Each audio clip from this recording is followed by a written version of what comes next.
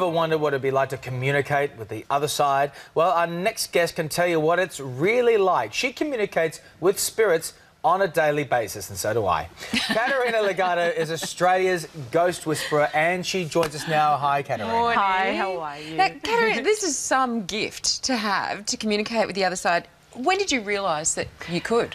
As a child, I was able to see and communicate with the spirit world. Now, of course, I was a child, so I didn't know anything different. So for me, this was always quite normal, quite everyday thing for me. But when you first discovered you could do this, I mean, did it freak you out just a little bit? No, because as I was saying, as a child, I just grew up that way from day dot, as far back as I can remember.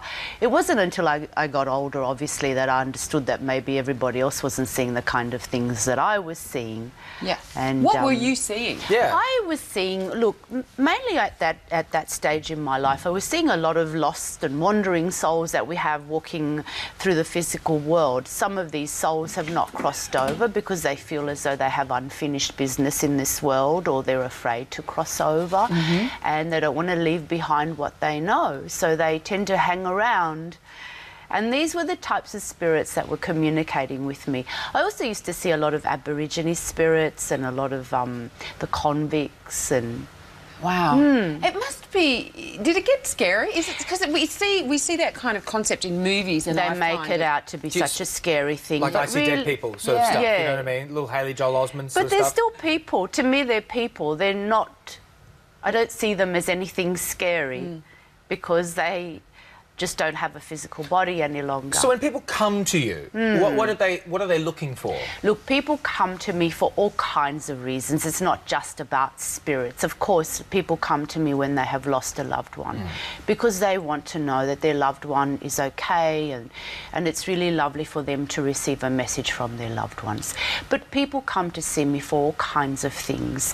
Matters of love, should I change my job, I feel stuck in my life, all kinds of things. Do you ever draw a blank? Do you ever sort of like try and make the connection but you just can't? Sometimes it's a little difficult. The reception that day may be a little bit difficult, and sometimes the person on the other side might be busy doing something, so it does happen, not often. Quickly, can I ask you, language barriers, what if they didn't speak the language? Yes, what I if you don't speak Isn't their that language? amazing? Yes, exactly. But you know what? Communication comes through sometimes a thought process. I just feel a feeling or an emotion from them, or I just can feel what they're thinking, and it just all happens. So many questions, we're out of Caterina. time. Yeah, so many times people say to me, oh, you know, my loved one doesn't speak any English, and do you think you'll be able to bring a message through?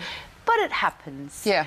The spirit world has a wonderful way of orchestrating things to happen. Thank you so much for coming in. Let's get you back Yeah, on come back. at some We want to talk point. to you more. Perform an exorcism on David.